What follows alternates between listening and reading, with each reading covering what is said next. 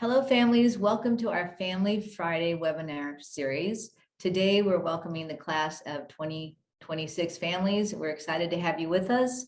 We have a lot of things to talk to you about today, and we're looking forward to welcoming you to Emory and giving you all the information you need to prepare your student to come to campus in the fall. So I'd like to tell you a little bit about our program today. I'm Bridget Guernsey-Reardon. I'm with Campus Life, and I work with parents and families. And my colleague, Emily Talent, will be with us in just a little bit to talk to you about FERPA and student records. And then I'd like my colleague, Jill Kemper, to introduce herself, and she's our Director of New Student Programs. Yes, thanks, Bridget. Hi, I'm Jill Camper. Like Bridget said, I'm the Director of Orientation and New Student Programs in the Emory College of Arts and Sciences, which you will often hear us refer to as Emory College or the college. And I'm very excited to be here today with you all. So our Family Friday webinar series is one we're very proud of. We try to give you information over the summer that helps you get ready for August when you bring your students to campus. And we have a series of experts who will be coming and joining you on Fridays at noon. Just so you know, these are all recorded. So if you ever need to join late or have to watch it at another date, they will be on the New Student Programs website, in the portal, and on the Family Programs website. So a number of places to see them. And so our topics will range everything from immunizations and health insurance to housing and dining. We'll talk in mid-July about how to ship items to campus, things that you're all interested about to get your student ready to come here, but we can give it to you over a series of time appropriate to when you need to worry about them. We also want you to know that we are going to be taking care of your student in a way that help them become an emerging adult and help you as a family, help them become more independent. So we're excited about that. And we believe the series of webinars we're offering will help us do that in a way that will give you the information, as we said, that you need and information that you will have for your student to help them as they come to campus. On today's agenda, we'll be talking about the orientation experience. Jill will be telling you everything about that. She's an expert in that area. Emily will be talking about FERPA, which is the Privacy Act that works with our students and guarantees their privacy. And then she'll talk about OPUS guest access. You will be a guest for OPUS. OPUS is called Online Pathway for University Students. And it's the program that shows students what their grades are, their emergency contacts, which we want to make sure that they put that information in, but it also helps you see how to pay their bill, you know, what their grades are if they allow you to see that. And as we said, Emily will go over that with you and give you an idea of how your student can give you that guest access. So Jill, I'm going to give it to you about what's next. So we designed this experience to present information, resources, opportunities, programs to your student at the time that they need it. So there's a lot of information that your student's going to be getting over from now until the end of the semester. But once again, we have designed it to make sure that they are taken care of and they have everything that they need at the time that they need it. So starting with this summer, so we are going to email first-year students and parents and families twice a month. So these communications are really, really important. They're packed with good information, and they're going to make sure that your student is staying on task throughout the summer. So 2 resources that they received this past Wednesday, so 2 days ago, that are also on our website. The first one is the first year to-do list. So this is probably the most helpful resource that you're going to be given this summer. So I would go to our website. If you ever need to go to our website, just Google Emory Orientation and you will end right up on it. I would bookmark this or screenshot it. You could print it, put it on your fridge, whatever you want to do. But this is going to be a really helpful resource to make sure that your student and you are staying on track this summer. So it's going to have everything that you need to do, from submitting your Emory card photo, the student submitting their Emory card photo, to submitting immunizations and all of those things. So please check out the to-do list. And then also we have something called the Everything Emory Guide. Oh, and I just saw Paula, she's behind the scenes here helping us out. She works with me in New Student Program. She just put the link to the to-do list in the chat. So you can go ahead and click on that if you want and bookmark it. So Everything Emory, that is your student's first year guide. And so this is a screenshot of it. Once again, they received it on Wednesday. It's on our website. This is a great resource for them to go through this summer into their fall semester. Up in the top right corner, you'll see a little magnifying glass. They can actually just click that and search anything that they want. So they can search dining, they could search history, they could search Atlanta. So whatever they want to know more about, they can use that feature and just scroll through it. So we have apps that they need to download on their phone, or social media accounts that they might want to start following this summer. So just a lot of helpful information to get them started. This is a really great place to start looking. Okay, Jill, we had a really good question in the Q&A, and thank you for asking it, the parent that did. And the question was, is the email sent to their private email or to their Emory email? So right now it's sent to both. Once we get to the fall semester, after classes start, it's only going to be sent to their Emory email. But we know right now students aren't always in the habit of checking their Emory email, which we encourage them to start doing. But for now, we do send it to both. So it's going to be whatever email we have on, whatever personal email we have on file for them. And a good note for that too is some high schools actually turn off their email at some point in time. So if we have a high school email listed, I would recommend the student log into OPUS and change that to a Gmail or whatever account that they want to use. And once again, it will always be in their Emory email as well, but we have had some difficulties with high school emails if the school turns their email off. Great question. And I want to mention too, for families, email is a necessary function, especially at college. And so please encourage your students to keep checking their email, because we do communicate primarily that way. So even though they might be tired of email, even from high school, that is how we'll be communicating with them. Yes, yes. So another thing that they can look forward to this summer is called Emory Essentials. So Emory Essentials is going to be your students' virtual orientation. And we've actually been doing this for years, way before the pandemic. This is what the summer orientation looked like at Emory. So it consists of 3 different modules that launch at different times throughout the summer. So the first one launches June 1st, and they will have an entire month to complete it. And so I just want to make sure that this is noted. If you are going on vacation the week that it launches, that is okay. You go on your vacation, your students can do the module when they get back. They do not have to complete it in one sitting. They don't have to complete it the day that they receive it. They have an entire month to complete the first 2 modules, and then the last module, they have 2 weeks to complete it. So they will have time to do these things, but they're really helpful. Once again, the first module is related to introductions to the liberal arts and getting ready for course registration, how to actually register for courses. So these questions that your students might not have now, but they'll probably start having this summer. We're going to answer all these questions in these modules. So they're really, really helpful, and they can refer back to them later. So they are there as a resource once they're actually completed as well. Another thing your students will do is all students are required to attend an academic advising appointment. So students will meet in small groups with their assigned academic advisor.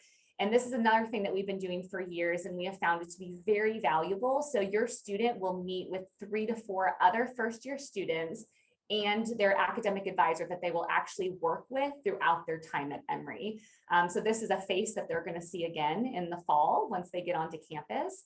And this is a time for them to ask any questions they have, but to also listen to other questions that other students have. Sometimes that's just as valuable to kind of hear what's on other students' minds. But those happen in July over the course of about 3 weeks. So once again, if you're going on vacation for a week, that's still fine. They'll still be able to participate. They'll just need to sign up for a time that's not when you're out of town. And Jill, I want to add, one of the things we talked about is if your student is working at a camp, there will be some opportunity, hopefully, for them to get access to internet to do this at some point. There's a little level of flexibility. However, just be in tune with that. This is the timing, and this is when they will need to do it. Yes. And I just saw a question in the chat about how are academic advisors chosen assigned. They are assigned by last name. And on the in Emory Essentials, we have, I think, the list of breakdown. If not, it will link to the website of who the assigned academic advisors are. So if you're actually curious of who your student's academic advisor will be, you'll be able to find it on the website. And Jill, isn't it true that then once they declare a major, they're put with a major advisor? Yes, yes. Yeah. Yep. And then another thing your students will have access to, this is optional. Your student will be assigned an orientation leader later in the summer. And those are the upper class students who are gonna walk them through orientation week in August. So they will be invited to do a meetup with their orientation leader if they want to talk to an upperclassman. This is optional. We had about 3/4 of the incoming class last year take advantage of this opportunity. So it was really popular. So we're bringing it back this year. It's kind of fun to just know a face before you come to campus. So this is an opportunity to do that. Once again, completely optional, but a really great chance for your student to interact with a current Emory student and ask them any questions that they have. And that will also be in July. Bridget, anything else before we get to August that you want to add? No, I think a lot of what we'll be giving as information to you as families, you will be getting, like I said, in the Family Friday webinars. Yes. And if you have a question throughout any of these, you can always email family@emory.edu, or I suggest that families bookmark the new student programs webpage, because Jill and Paula will be posting everything throughout the summer. So that's a good page to have linked. And if you're not on the portal already, we'll talk about that later. That's a good place to get information too. Yes. And another thing I did want to highlight real quick for the summer, we're going to have track advising webinars in July. So those are posted on our website. So if students want to learn more about pre-health or the liberal arts or business or nursing or dual degree, we have an engineering dual degree program. They can log on to those webinars and listen to a little bit more about the programs and ask questions if they have them. So that's something that they can look for this summer too. And those will be, once again, they're already on our website if you want to book those dates on your calendar, but they'll also be in upcoming communications to remind your students when they are. And those are also optional. They're there for just those who want to learn a little bit more. And Jill, we got a couple questions that we can respond to. One talked about pre-BBA advising, and all the college advisors are used to our students doing a number of majors or interests. So any of the advisors will be able to help them with the pre-BBA track, a pre-nursing track, pre-med, pre-law, whatever, anthropology, whatever they're interested in. Those folks are very well tuned with what the curriculum is in the college, and they can help them prepare. Yes. Yes. To see if there's anything else. Okay. So going into August, course registration for first year students is going to be August 9th through 11th. So this is a time where you're going to want your student to have internet access so that they can register for classes. So those are going to be a really big couple days. And before course registration, we'll do some open office hours and some other opportunities if your students have last minute questions. And once again, they'll receive more information about that later in the summer. So going to more orientation week time, we have something called pre-orientation. So this is an optional program for students who are interested in participating. Those students are going to move in on August 15th. And so the registration for pre-orientation, that goes live on May 18th. And Paula, could you put the link to the pre-orientation page on our website in the chat for everyone, please? You can learn a little bit more about those programs on our website. Once again, they are completely optional, but they are there for students who are interested and want to participate. They are wonderful programs. And there are a couple that are required, like our international student welcome. All students on an F1 visa have to attend international student welcome. But we have other ones. We have an interfaith program. We have a program that focuses on entrepreneurship, on leadership. So there's some really great opportunities if your students are interested in participating before their official orientation week. And also they usually are first come, first serve. So you would need to do them early, and it's not a big deal if they get in one or they don't. Everyone's going to have a great orientation experience, whether they come on that Monday for a pre-orientation program, which will take them away from campus, or whether they come on Saturday. So we want you to know that it's an equally fun and great opportunity. And there's usually, for a lot of the pre-orientation programs, there is usually an additional cost, because there is lodging and food costs involved in program. So just so you know, it's not required. It's just one of those optional opportunities you want to give your students. And on our website, it does list how many students, how many seats they're going to be in each program. So you can see that. They do tend to fill up. I see that question in the chat. And so if your student is really interested in participating, I would recommend that they log on May 18th and go ahead and register for our program, since they are first come, first served. The registration is going to open at noon, so 12 p.m. Eastern Daylight Time on May 18th. So that's going to be this upcoming Wednesday. So moving into orientation week. Move-in for everyone that's not participating in pre-orientation or who's not a student athlete, their move-in is going to be on August 20th. So that's our more traditional move-in. And then that goes through the 23rd. And later in the summer, we'll do a webinar where I'll actually walk you through a little bit more what your students are going to experience during orientation week. But I'm a little biased, but I think it's one of the best weeks of the year. It's very fun. We always get really great feedback from it. And it's something that I hope your students are looking forward to, because they're going to have a lot of fun that week. So looking at the fall semester, so just some things that they will experience at Emory that all first year students do. One is called Weeks of Welcome.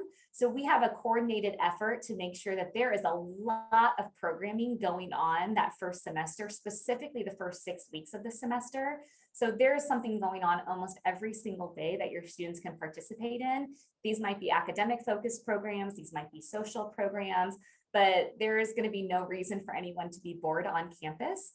There's a lot going on. So your student can look at the Weeks of Welcome schedule to see all the events that they have going on. It is not posted yet. It will be posted later in the summer. And then there's 3 things that are also coordinated experiences that all students participate in. One is the Residence Life puts on a first year experience. So that's going to be a 6-week, essentially a curriculum that your students will participate in through their residence advisor and through their resident hall floor. And then we have ECS 101, which is a credit bearing course that your students will take.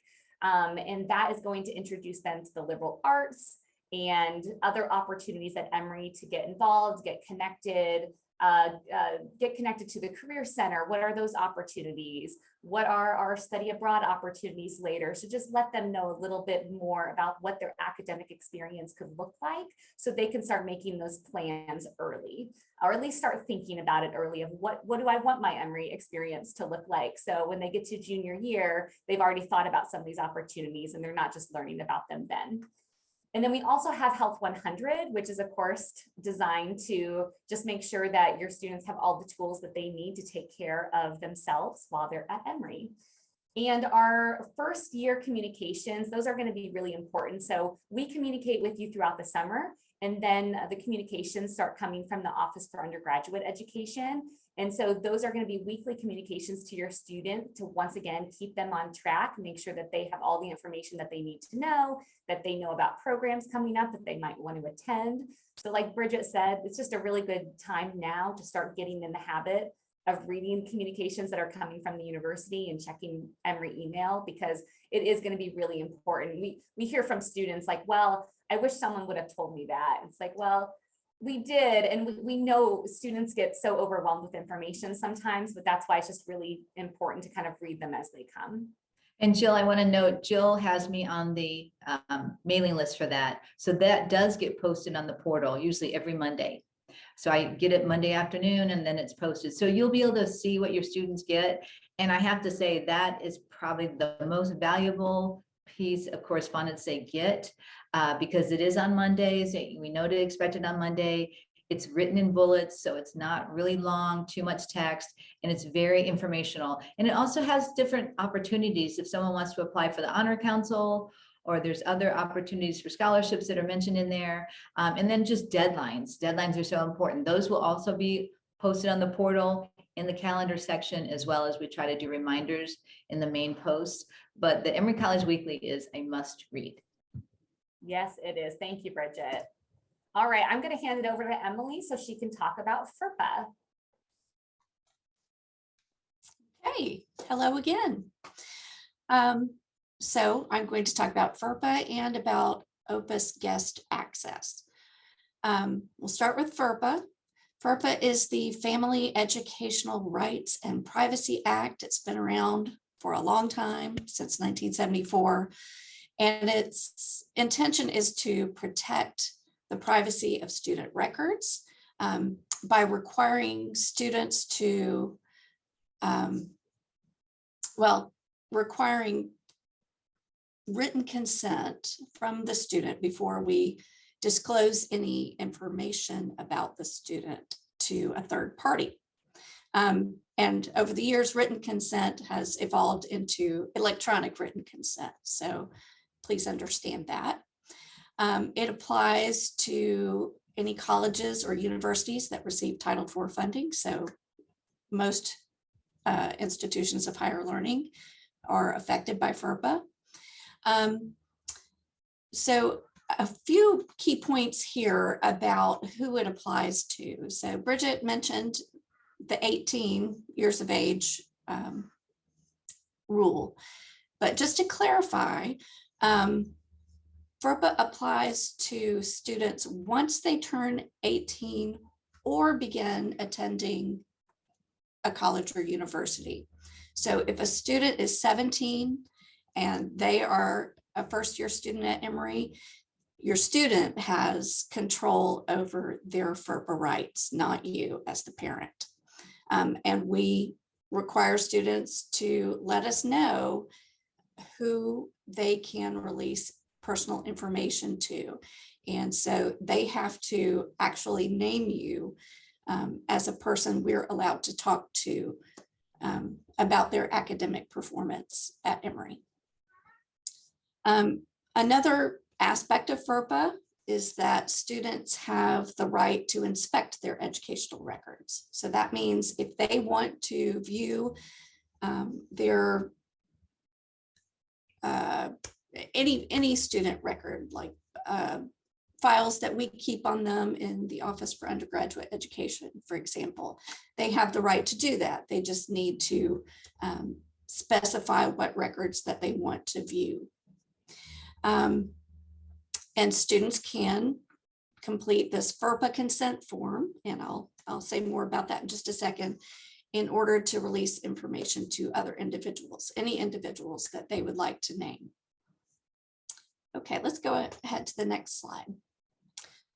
There are three kind of main concepts that I'd like you to be familiar with, where there are no restrictions on us as to whether we can release the information. So without a consent form on file, we are allowed to release some information that's pretty basic, like whether or not the student is enrolled or their address or telephone number.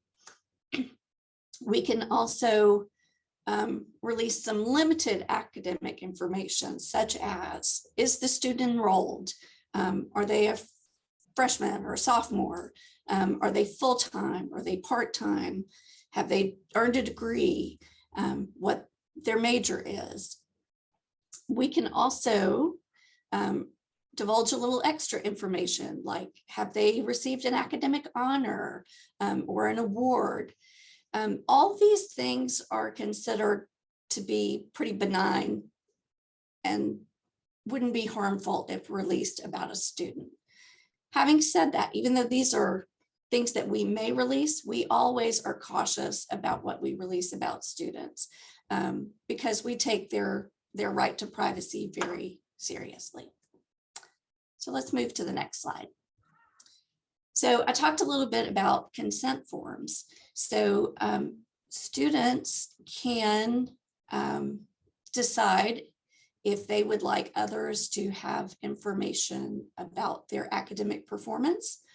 And what they have to do is fill out a FERPA consent form.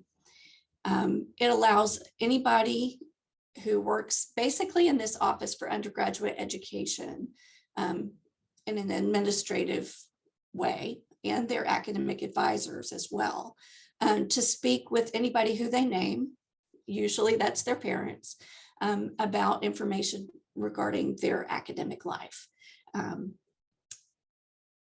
And deans also are included on that list, so they would be able to speak with whoever the student names. And you would also, if you are named on that consent form, receive a copy of any notification regarding any academic probation or exclusion from the college. Let's move to the next slide. All right, so your student needs to be the one to fill out the FERPA consent form. It's behind a single sign-on, so you're not able to fill out this form. This needs to come from the student. And on the Office for Undergraduate Education webpage, we have this section called A to Z, and it's full of wonderful information, and your student should become very familiar with it. It has all sorts of forms, but if they look under the letter F for FERPA, they'll see the FERPA consent form. And they just click on that and it takes them to the form. They put in the information about the persons that they wish to give consent to, for us to speak to about their academic performance. And that's it. It's a pretty simple form. Jill, did we have a question? There was a really good question in the chat. Does FERPA include students' health information? Student health information is a little tricky area of FERPA because it falls at once under HIPAA and FERPA. And HIPAA typically trumps FERPA. So now if there is, for instance, if there's a health or safety emergency, we don't have to really abide by FERPA, and we can, make sure that people who need to know about a health or safety emergency about a student know. We're not going to let FERPA interrupt that. So I hope that helps to answer that question.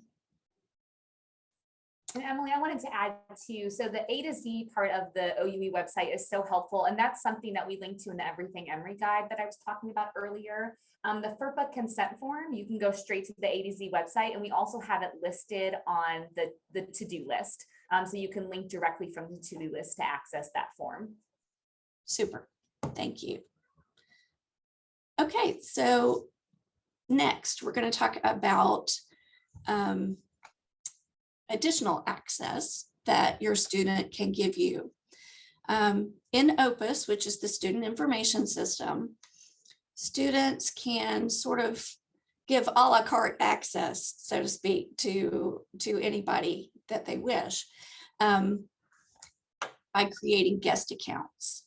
And as you see here on the slide, students have the option to grant up to 5 guest access accounts. And you can decide that I am going to give these 2 persons information about or access to see financial information. I'm going to give this person over here access to all the academic information that is in OPUS.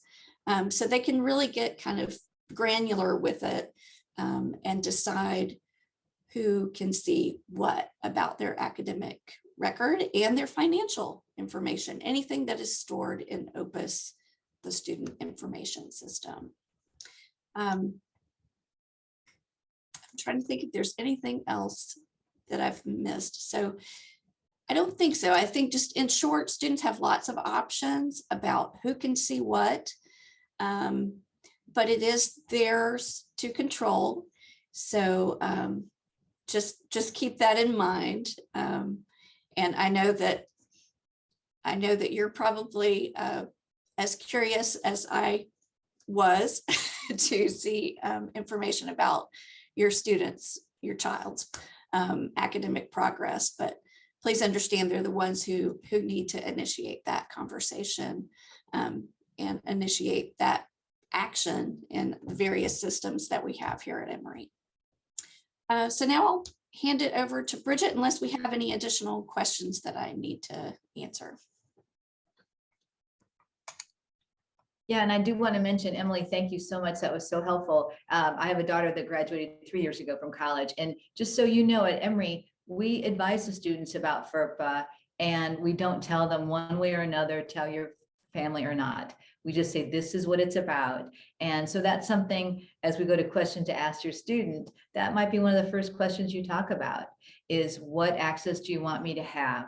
And what do you want me to know? You're in this new phase of your relationship with your student, and you want them to grow as an adult and to have privacy. However, you also want to care about their care. And like Emily mentioned, if we think it's a serious medical issue, you will hear from us. However, if it's, I will give you an example. I had to take my daughter to the ER once in high school, and I knew there was an Emory student there with a broken wrist from texting and walking on campus without looking.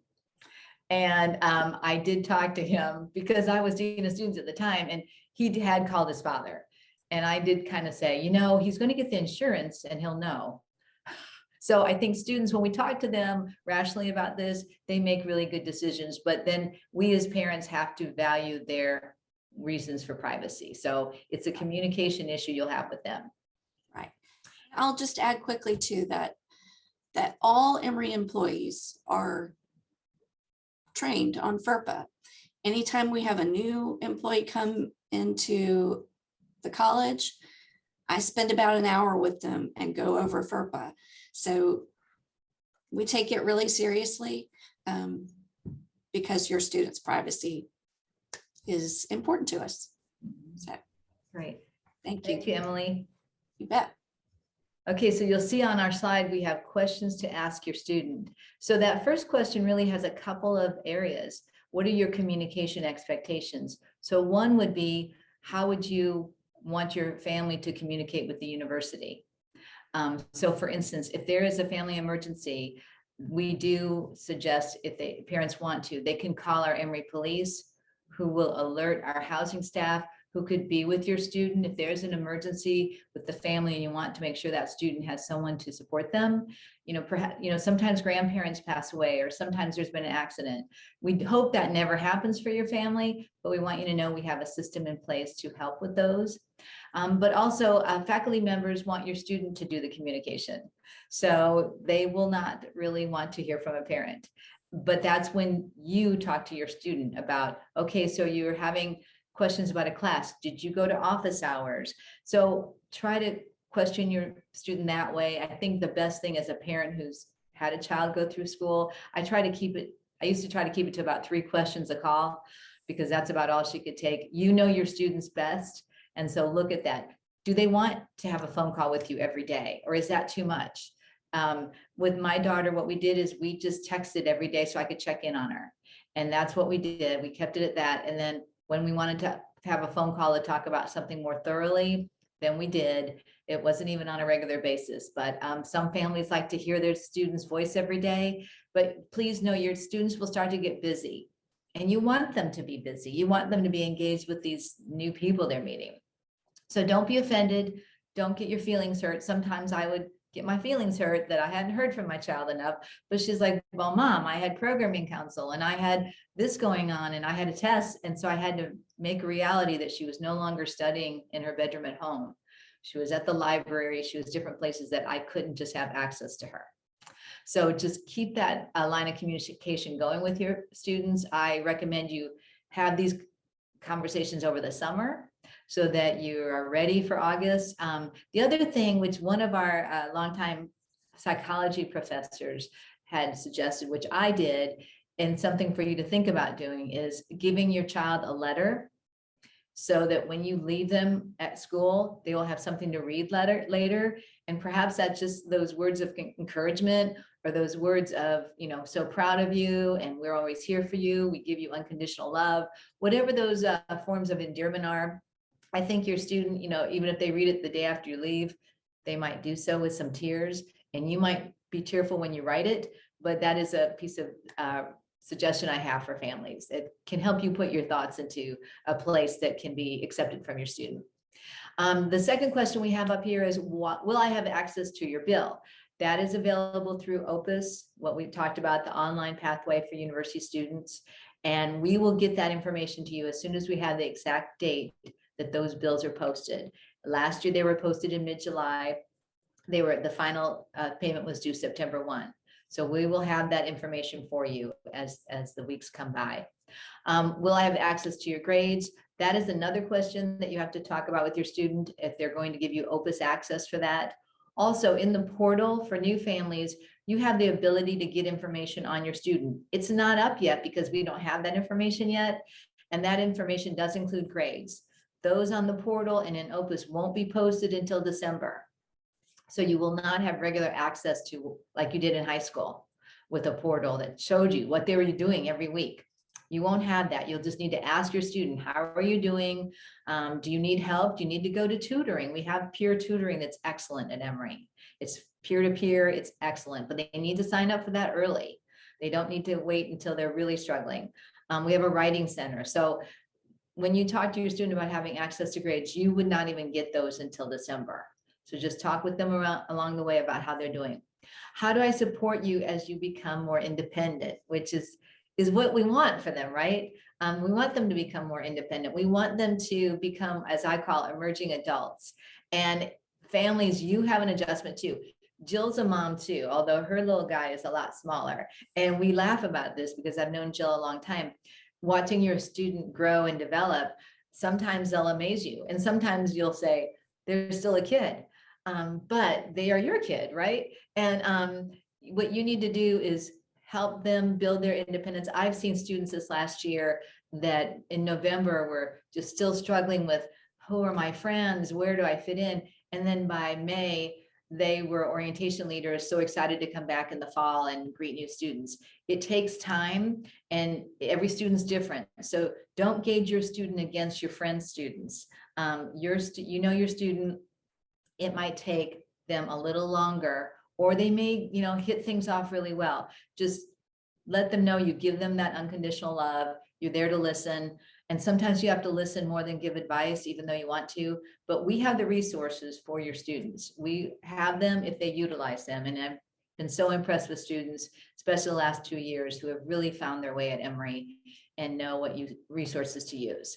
So start these conversations now. We got to get them out of high school, I know, but then just slowly but surely have these conversations and help them decide what type of relationship they're going to have with you as they become a first-year student.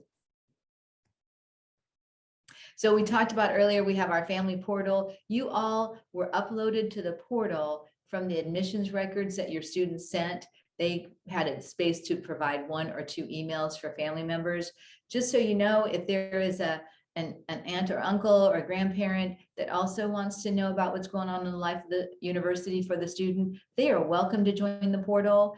That is the website right there. It's usually HTTPS, it's secure, /emory.campusesp.com. Campus ESP is our parent company that works with us.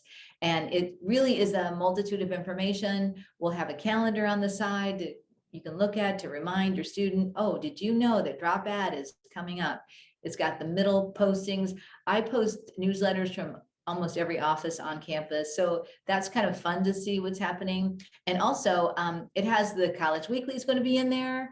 Everything that Jill and Paula put out, reminders about the bookstore, reminders from every different resource on campus. So we really encourage you to be part of the portal.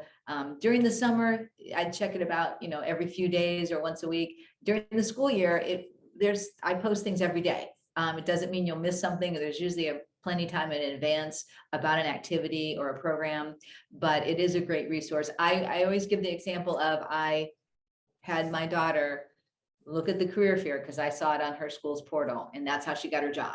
So I thank the portal for that. And now we have it at Emory, and I hope that you get a lot of information that you can share with your student too. The other aspect that you can use to find out an answer to a question is, again, go to the New Student Programs website. It's a fabulous website. It's got everything that's going to be happening this summer. I'll be doing my best to get that posted also on the Family Programs website, or you can email me at family@emory.edu. And you never have to start off with, this may be a dumb question, because no question is a dumb question. For many of you, Emory's a brand new place, and we need to know what you're thinking and what we need to be more clear on with our communication. So Jill, you want to give out any other information? I think that's it. Our next webinar is scheduled on June 3rd, and that one's going to focus on immunizations. It's immunizations, right? Yes. And so please join us for that. We're going to take the rest of the month off so you can enjoy graduations and parties and just kind of wrap up high school. And then we do these almost weekly throughout the summer. So we hope you will join us. And in the meantime, Bridget's office is here. My office is here. Always feel free to reach out. We're always happy to chat with any of our parents, our families, and our incoming students. Thank you, everyone. We hope you have a good weekend, and we appreciate your entrusting us with your students. Thank you.